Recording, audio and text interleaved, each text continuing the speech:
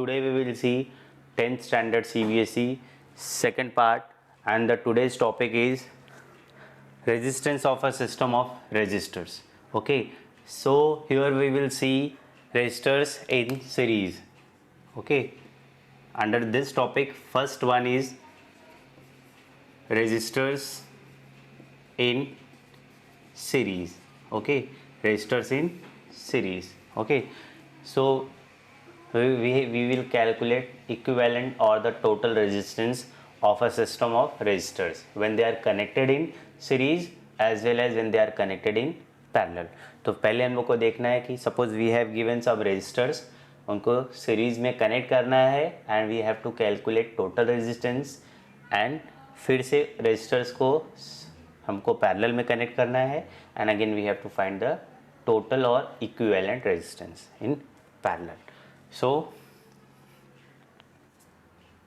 this is R1, this is R2, this is R3.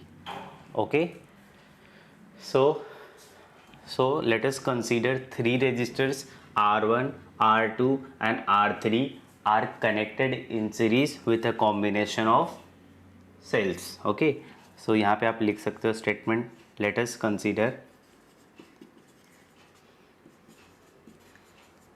three resistors R1, R2 and R3 are connected in series with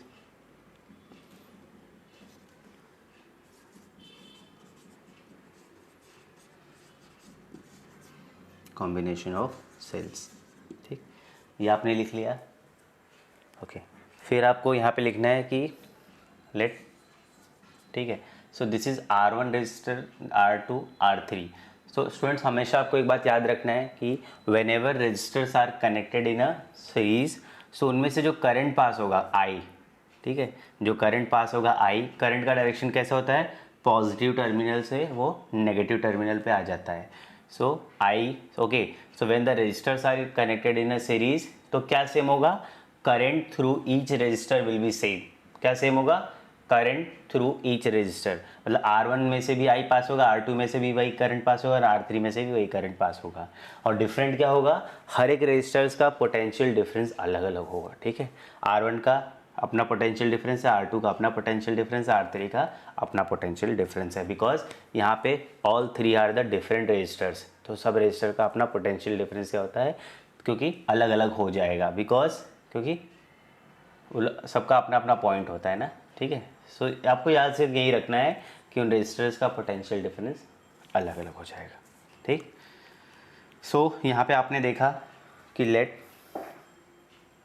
V1, V2 and V3 be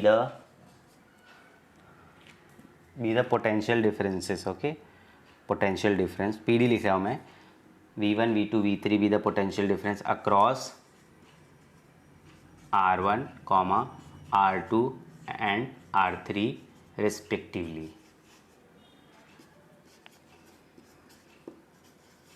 ठीक, respectively यहाँ लिख लिया. Okay, कि V1, V2, V3 are the potential difference across R1, R2 and R3. ठीक है, ये हम लोगों ने देखा. Now total potential difference. Okay, we will observe that कि जो टोटल पोटेंशियल डिफरेंस है across the combination, that is the sum of individual potential difference across R1, R2 और R3. इस पूरे कॉम्बिनेशन का जो टोटल पोटेंशियल डिफरेंस है ना बच्चों, देखो आपको एक मैं ट्रिक बताता हूँ. ठीक है, याद रखने का कि ये कैसा है, एक सीरीज कॉम्बिनेशन है. मैंने बताया यहाँ पर सेम क्या होगा, करंट जो होगा सेम है. ठीक है, बट डिफरेंट क्या हो रहा है, पोटेंशियल डिफरेंस डिफरेंट हो रहा है. ठीक है, क्योंकि R1 के अक्रॉस पोटेंशियल डिफरेंस V1 होगा, R2 के अक्रॉस पोटेंशियल डिफरेंस V2 होगा, R3 के अक्रॉस पोटेंशियल डिफरेंस V3 होगा. तो यहाँ पे अलग क्या है, पोटेंशियल डिफरेंस अलग है. तो जो अलग है उसका टोटल फाइंड करो. ठीक है, करंट तो सेम ही है तो कोई मतलब नहीं है. So here we have V1, V2, V3 different potential difference across R1, R2, R3. So total potential difference जो उस कॉम्बिनेशन का होगा that will be, total potential difference of the combination will be sum of individual potential difference across R1, R2 and R3. ये लिख लिया मैंने. Give it equation number 1. ठीक है, समझ में आ रहा है इतना part. Now R1, R2, R3 क्या है? They are resistors. सो हम लोग लिखेंगे let RS be equivalent resistance. ठीक, इक्विवेलेंट मतलब होता है टोटल. इक्विवेलेंट का मीन्स टोटल. ठीक, RS बी इक्विवेलेंट रेजिस्टेंस, क्योंकि finally we have to find total resistance in a series and total resistance in a parallel. तो इस सीरीज का सपोज R1, R2, R3 का जो टोटल रेजिस्टेंस मुझे मिलने वाला है वो RS है. So let RS be equivalent resistance. Okay, now by Ohm's law, by Ohm's law, Ohm's law क्या है? V equal to RI, V equal to RI, but यहाँ पे हम लोग V इक्वल टू IRS लिख लेंगे. ठीक है, टोटल रेजिस्टेंस, बिकॉज RS को मैंने टोटल रेजिस्टेंस कंसीडर किया है by Ohm's law for the combination. Full combination के लिए मैंने लिखा V इक्वल टू IRS. अच्छा स्टूडेंट्स, यहाँ पे डिफरेंट क्या है मैंने अभी भी बताया. डिफरेंट क्या है? V1, V2, V3 अलग है. ठीक है, so now applying Ohm's law to 3 resistors. ये जो तीनों रेजिस्टर्स है ना, सब पे हम लोग ओम्स लॉ अप्लाई करेंगे. ठीक है, सो क्या हो जाएगा? V1, क्योंकि V इक्वल टू क्या हो रहा है? IR, तो V1 इक्वल टू IR1. ठीक है, क्योंकि आपको पता है I सेम है, अलग क्या है? V1, V2, V2 डिफरेंट है, और सब हर एक रेजिस्टर्स का रेजिस्टेंस अलग है, R1, R2, R3. So V1 equal to IR1 हो जाएगा, करेक्ट. V2 इक्वल टू क्या हो जाएगा? IR2 and V3 equal to क्या हो जाएगा? IR3. ओके, सो ये जो वैल्यूज है इक्वेशन 1 में पुट कर दो. सो देयरफॉर देखो यहाँ पे V की वैल्यू क्या मिल जाएगी? IRS. V1 क्या मिल जाएगा? IR1. V2 क्या मिल जाएगा? IR2. V3 क्या मिल जाएगा? IR3. Okay, so IRS equal to what is common in all? I common है, so in bracket we will write R1 plus R2 plus R3. I get cancel. So आपको क्या मिल गया? RS equal to R1 plus R2 plus R3. ठीक, सो इसका मतलब है कि जो टोटल रेजिस्टेंस है, ठीक है, जो टोटल रेजिस्टेंस है, यहाँ पे आप लिख सकते हो देयरफॉर, इक्विवेलेंट बोलो या टोटल बोलो, therefore equivalent resistance of combination. ठीक है, इस पूरे कॉम्बिनेशन का जो टोटल रेजिस्टेंस है वो क्या है? Is equal to sum of their individual resistance. ठीक, यहाँ पे आपने देखा जो टोटल RS कैसे मिला? R1, R2, R3 को ऐड किया, सो आपको टोटल रेजिस्टेंस मिल गया. तो equivalent resistance of combination is equal to sum of their individual resistance. Okay, इसका मतलब क्या है? इसका मतलब सिंपली ये है कि अगर सपोज एक सीरीज है, उसमें अगर मैंने बोल दिया, खुद से ले लिया R1, एक एग्जाम्पल बता रहा हूँ, 2 ओम है, क्योंकि रेजिस्टेंस का यूनिट ओम है, मैंने पहले वाले एक्सरसाइज में बताया था. R2 सपोज 3 ओम ले लिया, ठीक है, and R3 suppose we have taken 4 ohm. ठीक, सो वी हैव 3 रेजिस्टर्स. 3 से ज़्यादा भी हो सकते हैं, 4 भी हो सकते हैं, 5 भी हो सकते हैं.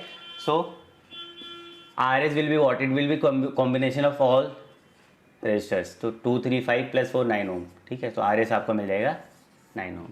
तो बच्चों, कभी भी सीरीज़ में अगर आपको रेजिस्टेंस गिवन होता है तो आपको अगर टोटल रेजिस्टेंस फाइंड करना है, सबको ऐड अप कर लो, आपको फाइनल या टोटल रेजिस्टेंस मिल जाएगा.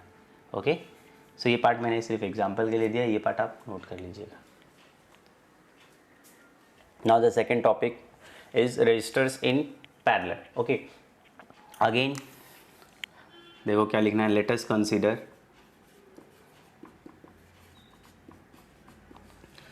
3 resistors R1, R2, 3 resistors of resistances. ठीक है, 3 रजिस्टर्स ऑफ रेजिस्टेंस, ठीक है। ये जो R1 R2 R3 है उनका रेजिस्टेंस है। Let 3 resistors of resistance R1, R2 and R3 are connected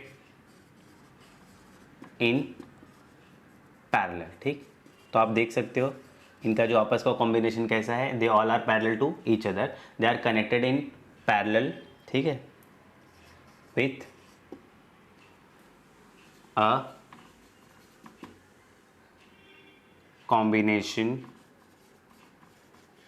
of cells, ठीक। देखो यहाँ तक सेम है, जैसे लास्ट टाइम देखा वही है, वहाँ पे वो सीरीज़ में थे, यहाँ पैरेलल में। स्टूडेंट्स अभी मैं आपको एक लास्ट टाइम मैंने आपको बताया था कि in case of resistors in series वहाँ पे करंट सेम होता था and potential difference V1 V2 V3 across R1 R2 R3 होता था, अलग अलग हो जाता था। मतलब करंट सेम है एंड पोटेंशियल डिफरेंस अलग है, but here you will see that all 3 resistors are connected. क्योंकि उस केस में कैसा होता था, हर एक रजिस्टर जो है सेम पॉइंट के बीच में नहीं है। मतलब कैसा था, ऐसा था कॉम्बिनेशन। देखो ये ऐसा होता है, फिर ऐसा होता है, फिर ऐसा होता है। तो देखो ये रजिस्टर्स का अपना एंड पॉइंट ये है, ये रजिस्टर्स का अपना एंड पॉइंट इधर है, इस रजिस्टर्स का अपना एंड पॉइंट यहाँ पर है। सो हर एक रजिस्टर्स का एंड पॉइंट अलग अलग है, ठीक है, अपना अपना एंड पॉइंट्स है। सो एंड पॉइंट अलग होने की वजह से वहाँ पे पोटेंशियल डिफरेंस अलग अलग होता था। बट यहाँ पे all the resistors are connected between 2 common points. आप देख सकते हो R1 R2 R3 क्या है, पैरेलल है, और वो 2 कॉमन पॉइंट के बीच में है, ठीक है, कॉमन पॉइंट के बीच में है। so, इसका मतलब ये हो जाता है कि यहाँ पर जो पोटेंशियल डिफरेंस होगा, ठीक है, जो पोटेंशियल डिफरेंस होगा वो क्या हो जाएगा, सेम हो जाएगा। पोटेंशियल डिफरेंस क्या हो जाएगा स्टूडेंट्स, सेम हो जाएगा, ठीक। यहाँ पे पोटेंशियल डिफरेंस सेम हो जाएगा, ठीक है। तो याद रखना पैरेलल कॉम्बिनेशन में क्या सेम होता है, पोटेंशियल डिफरेंस सेम होता है एंड करंट स्प्लिट हो जाएगा। क्योंकि करंट जब यहाँ पर पहुँचेगा तो उसको 3 रास्ते दिखेंगे, एक ऐसा, एक सीधा और एक यहाँ पर। So it will split into I1 I2 and I3, ठीक है। वैसे तो ये जो स्प्लिट हो रहा है, यहाँ पे आने के बाद करंट यहाँ जब पहुँचेगा तो उसको 3 रास्ते दिखेंगे, एक ऊपर, एक सीधा और एक यहाँ पर। So it will split into 3, I1 I2 and I3, 3 component में स्प्लिट हो जाएगा। फर्दर ये I1 R1 से पास हो जाएगा, I2 R2 से पास हो जाएगा, I3 R3 से पास होगा, और यहाँ पे फिर सब मिल जाएंगे, ठीक। ये तीनों यहाँ पे फिर से एक साथ में मिलके I बन जाएंगे, ठीक, और वो यहाँ आ जाएगा। तो यहाँ पे आपने देखा क्या अलग हो गया था, करंट स्प्लिट हो गया था एंड पोटेंशियल डिफरेंस क्या था, सेम है, ठीक है। सो फिर से हम लोग वही लिखेंगे। So it is observe that total current, ठीक है, जो टोटल करंट था, जो क्या था I इज, ठीक है, is equal to sum of separate current through each branch of combination, each branch, ठीक। सो आपने देखा कि जो टोटल करंट था, total current I, it is observe that, जब ऑब्जर्वेशन में आया कि जो टोटल करंट है जो कि आई है, that is equal to sum of separate current through each branch. जो I1 I2 I3 सेपरेट हो गया है ना, फिर से मिलने पे वो I बन जाता है। इसका मतलब है कि sum of I1 I2 and I3 will give you I, okay. Therefore I equal to क्या लिख लेंगे, I1 plus I2 plus I3 लिख लिया, ओके, ये भी हो गया। Okay, now since this combination, ये जो कॉम्बिनेशन आप देख रहे हो ये कैसा है, पैरेलल है। तो यहाँ पर हम लोग जो कर रहे हैं, जो इसको डिराइव कर रहे हैं फॉर द टोटल रेजिस्टेंस। सो यहाँ पे जो total resistance of parallel combination का देख रहे हैं, तो हम लोग सो लेट RP ले लेते हैं। लेट RP भी equivalent resistance, equivalent resistance of combination, ठीक। RP क्या हो गया, इक्विवेलेंट रेजिस्टेंस ऑफ कॉम्बिनेशन हो गया, ठीक है। सो बाय ओम्स लॉ, सेम जहाँ पे वो जो लास्ट वाले में जो प्रोसीजर अप्लाई किया, सेम यहाँ पे भी करना है। तो बाय ओम्स लॉ क्या होता है, V इक्वल टू IR होता है, ठीक है, V equal to I R. Students वहाँ पे पोटेंशियल डिफरेंस, सीरीज के केस में पोटेंशियल डिफरेंस अलग हो रहा था, V1 V2 V3, तो हम लोगों ने total potential difference V equal to V1 plus V2 plus V3 लिया, जो स्प्लिट हो रहा था उसको लिया। यहाँ पे क्या स्प्लिट हो रहा है, करंट स्प्लिट हो रहा है। सो वहाँ पे हम लोगों ने V equal to V1 plus V2 plus V3 लिया था, यहाँ पे करंट अलग हो रहा है। सो देखो V equal to I R है, तो we will take I equal to क्या हो जाएगा, V upon R, V upon R, और यहाँ लिख लेंगे P, ठीक, क्योंकि ये जो करंट है पूरे कॉम्बिनेशन का करंट है, टोटल करंट है ना। सो क्या मिल गया आपको, I equal to V upon R P, ठीक है, यहाँ तक नोट कर लो आप।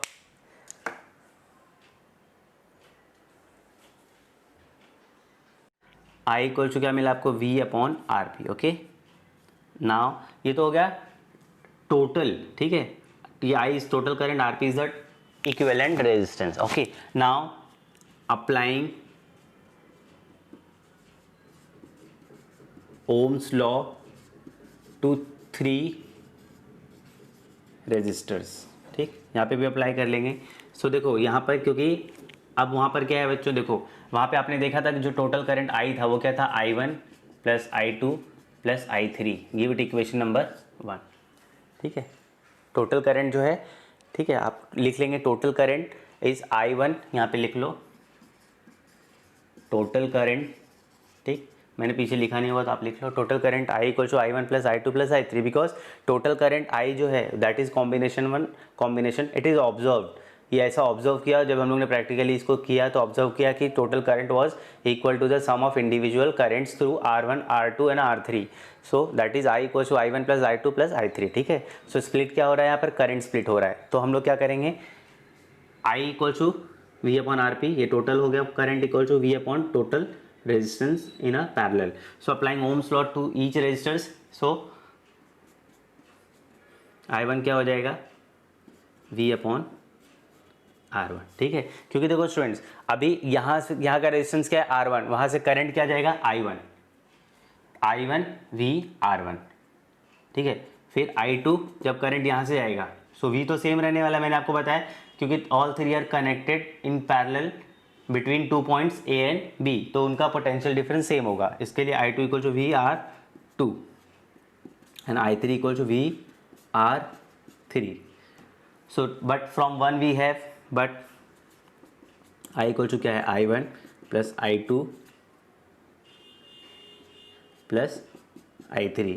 सो I क्या मिला आपको, V अपॉन आर पी है, V अपॉन आर पी है, I1 क्या है, V अपॉन R1 है, V upon R2 plus V upon R3। Okay, now you can see that यहाँ पे देखो V upon R P equal to, V is common to all, तो we will take V out, so ये हो गया 1 upon R1 plus 1 upon R2 plus 1 upon R3, V get cancel, therefore 1 upon R P क्या हो जाएगा, equal to 1 upon R1 plus 1 upon R2 plus 1 upon R3।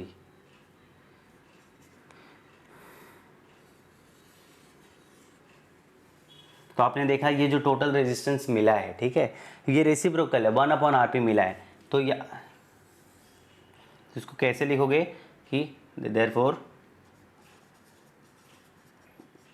The reciprocal of equi, और total भी बोल सकते हैं, equivalent, the reciprocal of equivalent resistance, ठीक है, क्योंकि उल्टा है, 1 अपॉन आर पी है, तो उल्टा मतलब रेसिप्रोकल है, तो reciprocal of equivalent resistance of a group of resistances joined in a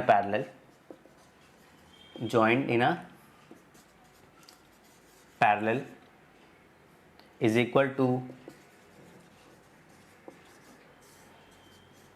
sum of, अभी देखो ये जो सम है, किसका सम है, ये जो है ये सम है, ये सब रेसिप्रोकल है, ठीक है, it is a combination of reciprocal resistances, तो sum of is equal to the sum of reciprocal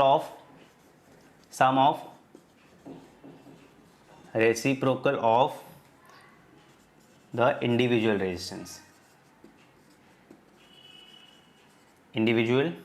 resistances.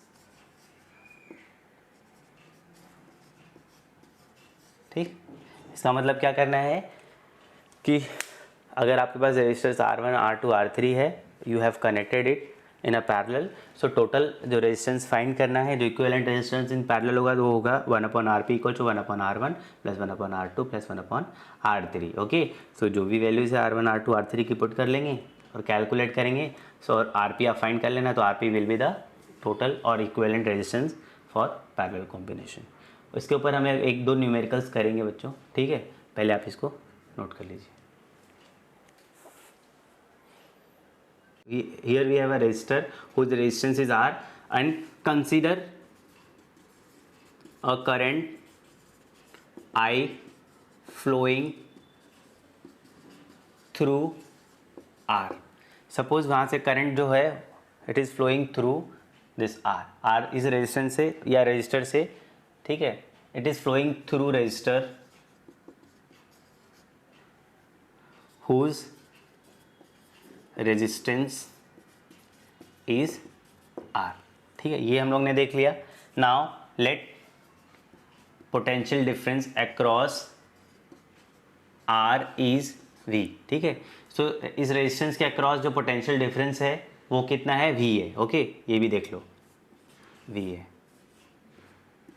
Potential difference is V। And और क्या लिखना है, let time t, okay,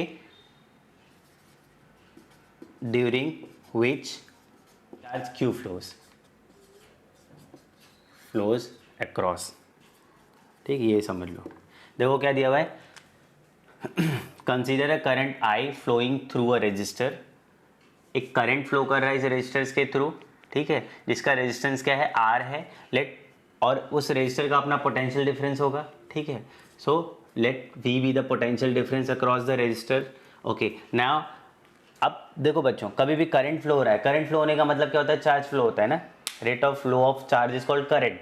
current flow हो रहा है इसका मतलब है चार्ज फ्लो हो रहा है। सो अब जब चार्ज फ्लो होगा तो it will take some time, तो चार्ज अपॉन टाइम ही करंट होता है, तो वही लिखा हुआ है, let the time t during which charge q flows across. Suppose 10 second हो गया, 20 सेकेंड हो गया, कोई भी समय हो गया, ठीक है, for that time charge q flow across the this resistor. Okay, ये पार्ट हो गया। नाउ अच्छा, one more thing we will see that, क्योंकि ये रजिस्टर है उसका पोटेंशियल डिफरेंस होगा, ठीक है, पीडी होगा।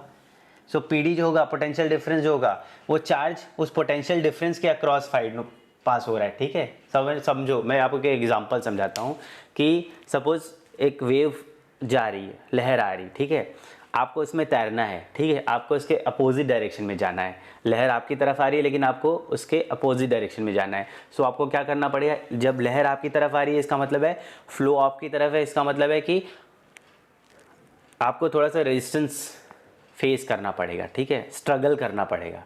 क्या करना पड़ेगा, स्ट्रगल करना पड़ेगा। अगर आप उसके फ्लो के डायरेक्शन में जाओगे तो that will become easier for you to travel, but you have to travel in opposite direction. So आपको उसके फ्लो के अगेंस्ट जाना है। अगेंस्ट जाना मतलब आपको एक बैरियर, पोटेंशियल डिफरेंस क्या होता है, काइंड का बैरियर होता है, ठीक है, जिसको क्रॉस करके आपको जाना है, ठीक है। सो यहाँ पर क्या होता है, जब देखो इसका मतलब है कि जब आप उस पोटेंशियल डिफरेंस के अक्रॉस जा रहे हो या उस चार्ज को लेके जा रहे हो तो एक वर्क डन होता है। we know V is what, W upon Q। Okay, so potential difference का जो डेफिनेशन होता है वो क्या होता है, इट इज़ द, ये मैंने आपको बताया था इसके पहले वाले पार्ट में। पोटेंशियल डिफरेंस का डेफिनेशन क्या होता है, it is the amount of work done and moving A charge Q from one point two another. Charge Q को एक पॉइंट से दूसरे पॉइंट तक ले जाने के लिए जो वर्क होता है that is called potential difference. So therefore work done W equal to क्या हो जाएगा, वी क्यू, ये यहाँ पे आ जाएगा, ठीक है, समझा इतना part. So work done equal to क्या हो जाएगा, वी क्यू। सो ये जो work done and moving charge Q, so this is, so हम लोग यहाँ लिख लेंगे work done in moving charge Q, ठीक है, through potential difference of V is, potential difference को कैपिटल V से रिप्रेजेंट करते हैं इज, सो वो वर्क डन क्या हो जाएगा, वर्क डन क्या हो जाएगा वी क्यू, ठीक। सो वर्क डन क्या हो जाएगा V Q, work done in moving a charge Q through potential difference V is we Q, ये लिख लिया, ओके। अच्छा अब नेक्स्ट स्टेप देखते हैं बच्चों क्या होता है कि वर्क डन तो हो गया, ठीक है, उस चार्ज को पोटेंशियल डिफरेंस के अक्रॉस मूव करा दिया, वर्क डन हो गया, ठीक है। बट यहाँ पे पावर यूज हो रहा है ना, पावर, क्योंकि देखो वर्क तो हो रहा है, वर्क के साथ साथ टाइम भी लग रहा है, तो rate of doing work is what, power, तो यहाँ पे पावर यूज हो रहा है। सो देयरफॉर पावर इनपुट, कितना पावर लग रहा है, तो पावर क्या होता है बच्चों, rate of doing work, power क्या होता है, power input is what, rate of doing work, और रेट मतलब होता है टाइम, ठीक है। तो वर्क कितना है, तो आप यहाँ पे लिख लोगे work upon time, power input equal to क्या होता है, rate of doing work, rate मतलब रेट कभी भी टाइम जो होता है उसको हम लोग डिवाइड करके लिखते हैं इस टाइम को, रेट ऑफ डूइंग वर्क, तो वर्क अपॉन टाइम। बट यहाँ पे आपने देखा वर्क डन क्या मिला बच्चों आपको, वी क्यू अपॉन टी, ठीक है, ये मिल गया।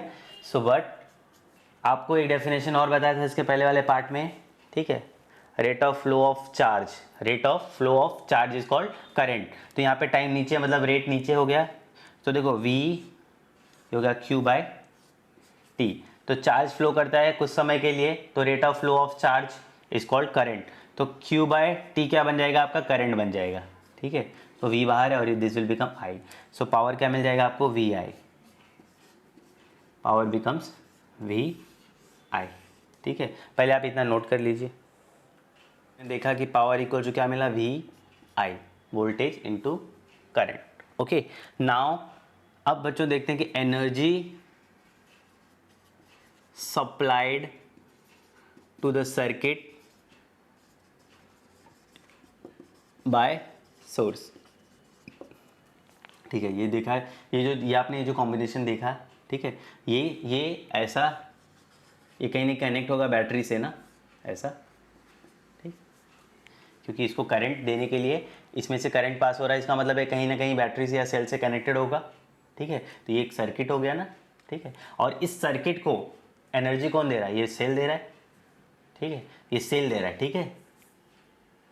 तो ये सेल क्या है आपका, सोर्स है, वो सेल क्या था आपका, सोर्स है, ठीक है। So the energy supplied to the circuit by source, तो सोर्स क्या है आपका, सेल है, वो क्या दे रहा है, एनर्जी दे रहा है, ठीक है। बट एनर्जी का फॉर्मूला क्या होता है, एनर्जी इज इक्वल टू होता है पावर इनटू टाइम, याद रखना, एनर्जी इक्वल टू क्या होता है, पावर इनटू टाइम, ठीक है। आप पावर को कितने टाइम तक, ठीक है, कितना पावर कितने टाइम तक कंज्यूम हो रहा है वो आपको एनर्जी देगा, ठीक है। Power into time is energy. Now but आपके पास पावर का फॉर्मूला है, power P into T, power is what, VI, so VI लिख लिया आपने इंटू टी, तो ये हो गया VIT, ठीक। तो एनर्जी मिल गया आपको, एनर्जी क्या, एनर्जी कंज्यूम्ड, ठीक है, या सप्लाइड, या एनर्जी कंज्यूम बाय सर्किट भी बोल सकते हो, या बोल सकते हो energy supplied to the circuit by the source. तो एनर्जी क्या मिल गया आपको, VIT, ठीक है। बट ये जो एनर्जी है ना, ठीक है, ये जो डिसिपेट होना मतलब लॉस ऑफ एनर्जी, डिसिपेट मतलब लॉस ऑफ एनर्जी, तो ये जो एनर्जी हो रहा है it gets dissipated in the resistor as a heat, energy gets dissipated in the resistor as heat, ठीक। ये हीट भी एक तरह का एनर्जी होता है, ठीक है। अब मैं आपको समझाता हूँ क्या होता है, ठीक है। Suppose you have supplied energy, ठीक है, टू द फैन, तो फैन को आपने एनर्जी सप्लाई दिया, जो इलेक्ट्रिसिटी आप बोलते हो वो एनर्जी होता है, फैन को आपने इलेक्ट्रिसिटी सप्लाई किया, तो वो electricity with the help of that electricity it will rotate, वो रोटेट हो रहा है, ठीक है। बट जब आप फैन के ब्लेड्स को after some time when you will touch it will be hot, ठीक है, यू विल फील हॉट, ठीक है, जब आप उसको टच करोगे तो हॉट हो जाएगा। बट आपको पंखे को गर्म नहीं करना है ना, पंखे से गर्मी लेके क्या करना है, पंखा तो आपको ठंडी देता है, तो बट वो पंखे के ब्लेड्स गर्म हो जाते हैं, क्यों गर्म हो जाते हैं, बिकॉज जो एनर्जी आप सप्लाई कर रहे हो वो पंखे के ब्लेड को गर्म होने के लिए आप सप्लाई नहीं कर रहे हो, वो एनर्जी आप सप्लाई कर रहे हो ताकि वो अच्छे से रोटेट कर सके। बट जो एनर्जी आप सप्लाई कर रहे हो उसका पूरा पार्ट वो पंखा कंज्यूम नहीं कर रहा है, उसका कुछ पार्ट डिसिपेट हो रहा है इन the form of heat, loss हो रहा है, ठीक है। मैक्सिमम एनर्जी से तो वो चल रहा है, रोटेट हो रहा है, लेकिन some part of the energy it will dissipate in the form of heat, कुछ पार्ट उसका लॉस हो जाएगा in the form of heat, इसीलिए पंखे की जो ब्लेड होती है वो गर्म हो जाएगी। सो सिमिलरली जो एनर्जी है it gets dissipated in the resistor as a heat, तो यहाँ से जो एनर्जी पास होगी तो क्या हो जाएगी, डिसिपेट हो जाएगी और कन्वर्ट हो जाएगी in the form of heat. So इसमें से करंट तो पास होगा, ठीक है। सपोज 2 एम्पियर करंट जा रहा है तो 1.99 ampere current will pass, but जो 0.1 एम्पियर करंट रह जाएगा, ठीक है, 0.01 एम्पियर जो करंट रह जाएगा वो क्या हो जाएगा, it will convert in the form of heat, ठीक है। इसका मतलब है कि कुछ फॉर्म ऑफ एनर्जी जो होती है वो हीट में कन्वर्ट हो जाती है।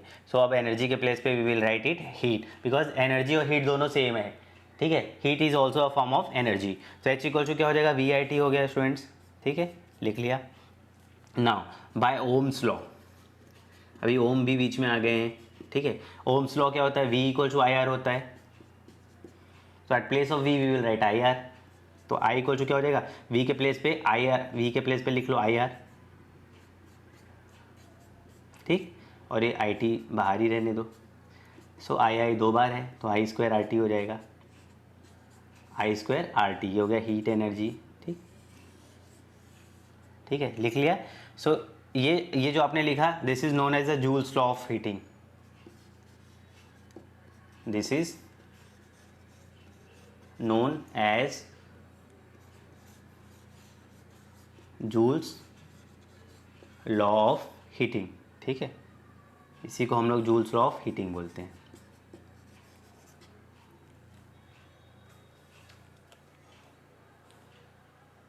Formula H equal to I square RT, this is known as the Joule's law of heating, okay, Joule's law of heating. So ये जो लॉ है, दिस लॉ इम्प्लाइज, ये क्या बताता है, दिस लॉ इम्प्लाइज, ठीक है, कि heat produced, this law implies as heat produced in a resistor is, first one. देखो यहाँ पे आपको देखने पे ही समझ में आ जाएगा, H equal to I square RT है, तो ये जूल्स लॉ ऑफ हीटिंग है। This law implies that heat produced in a resistor is, H का इसके साथ कैसा रिलेशन है, डायरेक्ट, इज डायरेक्टली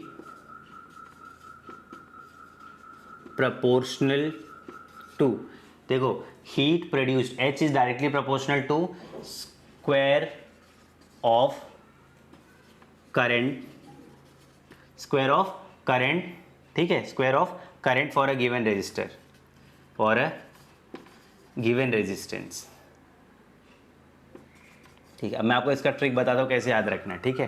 तो यहाँ पे आपने देखा H equal to I square RT है, सो आप लिखेंगे कि दिस लॉ इम्प्लाइज दैट कि heat produced in a resistor is directly proportional to square of the current, square of the current for a given resistance, square of the current for a given resistance, क्योंकि उस wire का resistance जो आप register use करो उसका resistance क्या होगा, fix होगा। सो उस रजिस्टर में से ठीक है, उस रजिस्टर में से जो भी करंट फ्लो होगा उसका स्क्वायर फाइंड करोगे, that is proportional to heat, okay. Second क्या है, heat is directly proportional to the resistance,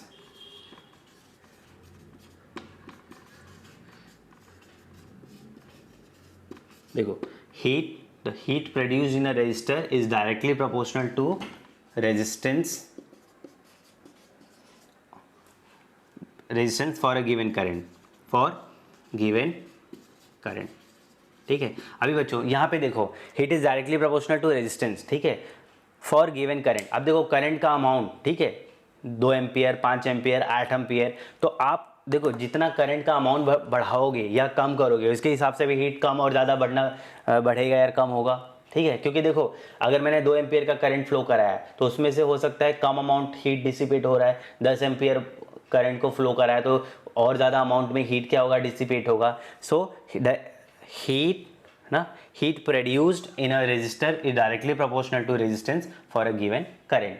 सो यहाँ पे वो डिपेंड करेगा फॉर अ गिवन करंट के ऊपर। थर्ड क्या है, टाइम के ऊपर आ जाएगा, it is directly proportional to time,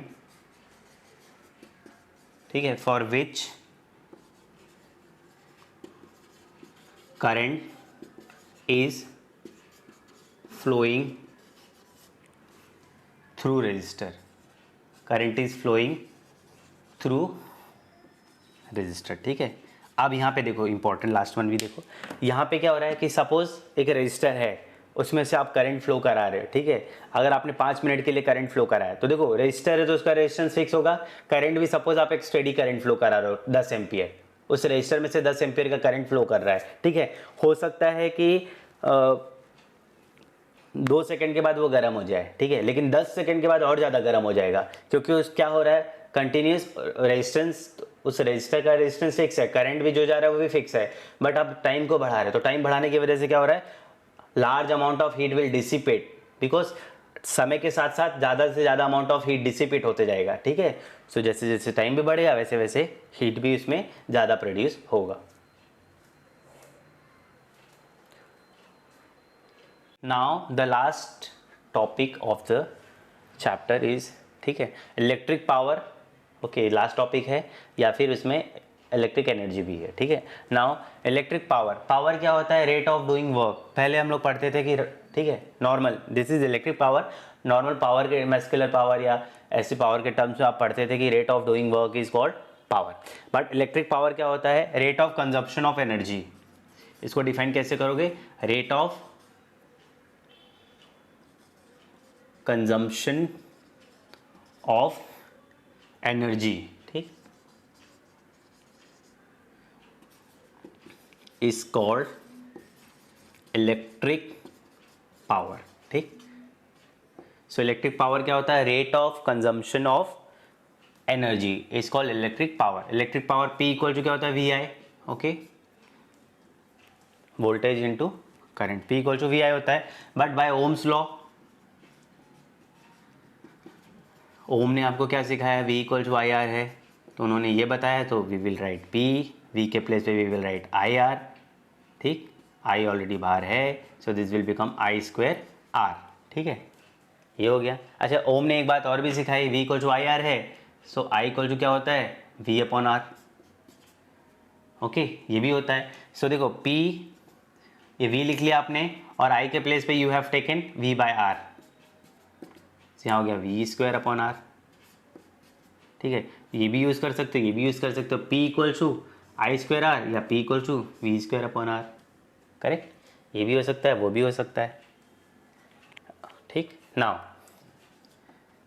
SI unit of electric power is watt, watt बोलो, वैट बोलो, आपकी मर्जी, ठीक है, साइंटिस्ट का नाम है जेम्स वॉट, तो वैट बोल सकते हो, वॉट भी बोल सकते हो, तो WATT स्मॉल में लिखना है, एंड सिंबल जो होता है कैपिटल W में लिखना होता है, यूनिट जो उसको लिखना होता है सिंबॉलिक फॉर्म में कैपिटल W लिखना है, करेक्ट, ओके। नाउ सो अभी आपने देखा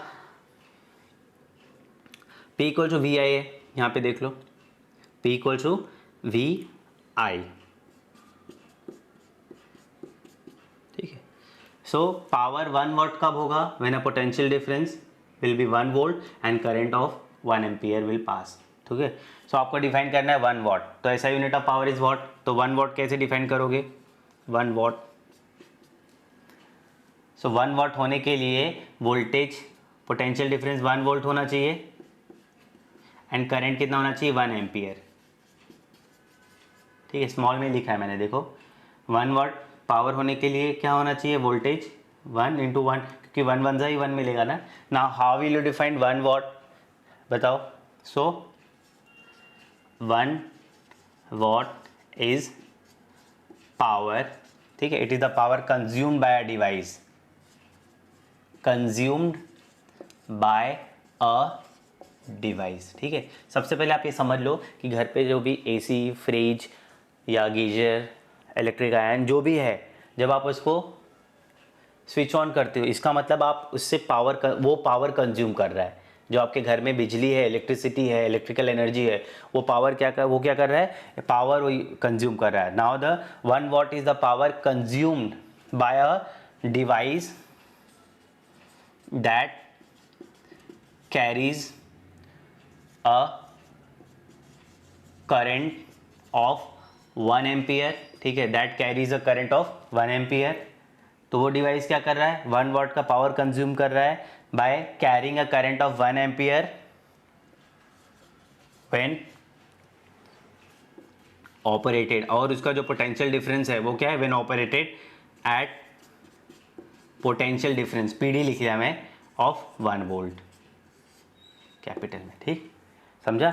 सो देखो आप इसको खुद से भी डिफाइन कर सकते हो कि 1 watt क्या होता है, 1 watt is the power consumed by a device, okay, that carries a current of 1 ampere when it is operated at a potential difference of 1 volt. Very simple is this. आप इसको देखोगे आप खुद ओन से भी लिख सकते हो. So we have seen कि 1 watt क्या मिला आपको, पावर इक्वल टू वी आई था, करेक्ट. पावर 1 watt, तो ये हो क्या हो गया 1 volt, ठीक, into this is 1 ampere. So 1 1 जा 1 1 V A. So 1 watt equals to 1 V. Okay, ये मिल गया आपको. Now what is a very small, ये जो वॉट होता है ना पावर का जो यूनिट है, इज़ वेरी स्मॉल. ठीक, स्मॉल, ठीक है. वेरी स्मॉल मतलब जैसे अगर आपको कोई बोले कि 10 पैसे, तो आप बोलोगे सर 10 पैसे तो बहुत कम है. ठीक है, आप कभी भी शॉप पे जाके ऐसा नहीं बोलोगे कि मेरे पास 100 पैसे हैं, आप बोलोगे मेरे पास 1 रुपीज़ है. ठीक है, बिकॉज 100 पैसे 1 रुपीज़ होता है. अगर आप बताने जाओगे कि मेरे पास 100 रुपीज़ है, तो आपको 100 से मल्टीप्लाई करना पड़ेगा. 100 इंटू 100 करेंगे तब जाके 1 लाख होगा. तो आप बोलोगे मेरे पास 1 लाख पैसे हैं, तो इसका मतलब 100 रुपीज़ ना. तो क्या हो रहा है कि अभी तक वॉट जो होता है वेरी स्मॉल यूनिट है, क्योंकि अब तक हमको इसकी ज़रूरत स्मॉलर स्केल पे ही पड़ी थी. अब इसको यूज़ करना है लार्जर स्केल पे. ठीक है, क्योंकि practically we use larger unit, practically we use larger unit. ठीक है. तो अभी जैसे ये वॉट है तो हम लोग किलो वॉट यूज़ कर लेंगे. ठीक है, तो ये हो गया 1000 वॉट, कैपिटल में लिख लिया. पूरा लिखूंगा तो स्मॉल में लिखूंगा वैट, सिंबल लिखूंगा तो कैपिटल डब्ल्यू लिख लूँगा. सो 1 किलो वाट मीन्स 1000 वाट होगा. 1 मेगा वाट 10⁶ वाट हो गया. ठीक, ऐसा हो गया. सो मेगा मतलब होता है 10⁶, तो लार्जर यूनिट हो गया. ठीक है, ये हो गया. नाउ अभी आप देखेंगे कि इलेक्ट्रिकल एनर्जी इज प्रोड्यूस्ड, या कैसे. अब इलेक्ट्रिकल पावर देख लिया, अब इलेक्ट्रिकल एनर्जी देखते हैं. Electrical energy it is a product of power and time. Power and time, very good. ठीक है, अगर आप पावर को कंज्यूम कर रहे हो, ठीक है, मैं सपोज मैं क्या कर रहा हूँ कि मैं 100 वॉट, मेरे पास एक बल्ब है. ठीक है, 100 वॉट का बल्ब है. ठीक है, सो उसको मैं 1 घंटे तक यूज़ कर रहा हूँ. ठीक है, 1 घंटे तक. सो वो उसका पावर कितना है, 100 वॉट. कंज्यूम कितना कर रहा हूँ, 1 घंटे तक. तो पावर इनटू टाइम जब मल्टीप्लाई कर लूँगा, इसका मतलब मैं एनर्जी यूज़ कर रहा हूँ. So electrical energy is the product of power and time. Power and time. अब मैं आपको बताता हूँ कैसे पावर इनटू टाइम एनर्जी हो जाता है. ठीक है, सो आई विल राइट. ठीक है, so electrical energy is the product of power and time. और सो यहाँ पे लिख ले रहा हूँ मैं, इलेक्ट्रिकल एनर्जी इक्वल टू क्या हो जाएगा, पावर का पावर इनटू टाइम. पावर का ऐसा यूनिट है वॉट, एंड टाइम का सपोज मैंने आर में ले लिया. ठीक है, वैसे टाइम को तो we measure it in a second, but मैंने यहाँ पे पावर, क्योंकि देखो मैंने क्या किया, बड़े स्केल पे मैं यूज़ करने जा रहा हूँ. ठीक है, सो मैं 2 सेकेंड 5 सेकेंड नहीं, क्योंकि अगर आपके घर में लाइट बिल आता है, या आपके घर में अगर आप बल्ब जलाते हो, तो बल्ब आप 3 सेकेंड 5 सेकेंड या 10 सेकेंड के लिए नहीं जलाते हो. बल्ब आप 2 घंटे 5 घंटे 8 घंटे 10 घंटे, तो जो आप यूज़ कर रहे हो पावर को, ठीक है, जैसे बल्ब 50 वाट का है, तो 50 वाट के बल्ब को आप 10 घंटे चलाओगे घर में, तो 50 इंटू 10 करेंगे तो 500 हो जाएगा. ठीक है, तो आप कभी भी जो इलेक्ट्रिकल एनर्जी है, तो मतलब आपके घर की जो एनर्जी आप कंज्यूम करते हो, तो वो आप आवर्स में कंज्यूम करते हो, यूज़ करते हो, उसको आप सेकंड में नहीं करते हो. और दूसरी चीज़, और जो पावर होता है, अभी देखो बल्ब जो है वो 50 वाट 40 वाट 60 वाट हो सकता है. ठीक है। लेकिन जो आपका एसी हो गया, फ्रिज हो गया, गीजर हो गया, आयरन हो गया, इनका पावर जो होता है वो, जैसे अगर आप एसी यूज़ करते हो तो हो सकता है आप 2000 वॉट यूज़ कर रहे हो या 2200 वॉट यूज़ कर रहे हो, ठीक है। सो 2000 वॉट का मतलब 2 किलो वॉट, लार्जर यूनिट हो गया, ठीक है। सो इसीलिए अभी ये वॉट में है, ये किलो वॉट में भी हो जाएगा, क्योंकि अगर ये 50 वॉट है तो वॉट में ही है, लेकिन जब ये 1000 के ऊपर जाएगा तो वो किलो वाट बन जाता है। 1000 मतलब 1 किलो वाट, 2000 मतलब 2 किलो वाट। तो इलेक्ट्रिकल एनर्जी वॉट आर, इसका ऐसा यूनिट क्या हो जाएगा, वॉट आर, ठीक है। वॉट आर में मेजर करते हैं, ये हो गया। नाउ अब इसको मुझे डिफाइन भी करना होगा, ठीक। इलेक्ट्रिकल एनर्जी का यूनिट क्या हो गया, वॉट आर, ठीक है। सो देखो, unit of electrical energy equal to watt hour, capital में W ले लेता हूँ मैं, वॉट आर, ठीक है। अभी मुझे 1 वॉट आर चाहिए। सो अगर मुझे इलेक्ट्रिकल एनर्जी 1 वॉट आर चाहिए तो पावर कितना होना चाहिए 1 वॉट का, और टाइम कितना होना चाहिए 1 आवर, ठीक है। सो 1 वैट आर, ठीक। इसको डिफाइन कैसे करेंगे, 1 वैट आर लिखें तो हम लोग लिखेंगे कि 1 वैट पावर इज कंज्यूम्ड और यूज्ड फॉर 1 आवर, ठीक है। सो 1 वॉट आवर को आप डिफाइन कैसे करेंगे, 1 watt power is used for 1 hour. तो 1 वैट का कोई बल्ब है, कुछ भी है, उसको आप 1 घंटे यूज़ करोगे तो क्या बन जाएगा, 1 वैट आवर एनर्जी बन जाएगा, करेक्ट। ये पार्ट हो गया, ठीक है। Will see the commercial unit of energy, ठीक। जो कमर्शियल यूनिट होता है, ठीक है। अब कमर्शियल का मतलब क्या होता है कि आप लाइट बिल पे करते हैं, घर जो आपके घर पे लाइट बिल आता है, ठीक है, तो कमर्शियल लेवल पे हो जा रहा है, ठीक है, क्योंकि आप यूनिट वाइज उसको पे करते हो। सो कमर्शियल यूनिट जो होता है ऑफ एनर्जी होता है वो होता है किलो वॉट आर। इसको स्मॉल में लेना है, वॉट को कैपिटल, किलो वॉट आर। तो this is the commercial unit, इसको 1 यूनिट भी बोलते हैं, ठीक। 1 किलो वाट आवर बोलो या फिर 1 यूनिट बोलो, ये 1 यूनिट होता है। 1 यूनिट अगर आपको बोलते हैं तो इसका मतलब होता है 1 यूनिट मतलब होता है 1 kilo watt hour. 1 kilo watt hour is 1 unit, ठीक है। अब इसका भी मतलब आप समझ लो क्या हो रहा है कि आप 1 किलो वाट पावर कंज्यूम्ड, ठीक है, इन 1 आवर। 1 किलो वाट मतलब ये हो गया 1000 वाट, मतलब 1000 वाट का कुछ ऐसा डिवाइस है आपके घर में जिसको आप 1 घंटे तक यूज़ करते हो, चलाते हो। तो इसका मतलब है कि वो 1000 वाट इंटू 1 आवर को मल्टीप्लाई करेंगे, मतलब उतना एनर्जी आप कंज्यूम कर रहे हो। जब मल्टीप्लाई करेंगे इन दोनों को तो उतना एनर्जी बन जाएगा और इसके हिसाब से आपको पैसा बिल पे करना पड़ेगा, ठीक है। सो अभी मैं देखता हूँ कि, क्योंकि जो ऐसा यूनिट होता है एनर्जी का वो जूल होता है, एनर्जी का ऐसा यूनिट इज जूल। दुनिया का कोई भी फॉर्म ऑफ एनर्जी होता है सबका ऐसा यूनिट जूल ही होता है। बट यहाँ पे हम लोग ने देखा कि this is electrical energy. Electrical energy का जो यूनिट होना चाहिए वो बिगर यूनिट होना चाहिए, लार्ज स्केल पे हम लोग देख रहे हैं, तो दैट इज किलोवाट आवर लिखा। But we will see the relation between kilowatt hour and joule. Kilowatt hour भी एनर्जी है और जूल भी एनर्जी है, ठीक है। बट किलोवाट आवर जो है वो बिगर यूनिट है, ठीक है, बिगर मतलब यूनिट है वो, और ये स्मॉलर है। तो अभी हम लोग देखते हैं कि 1 किलो वॉट आवर में कितना जूल हो सकता है। तो first of all 1 kilo watt, तो ये क्या है, this is 1 kilo watt hour, it is the energy. और एनर्जी क्या होता है, पावर इनटू टाइम। तो पावर कितना है 1 किलो वाट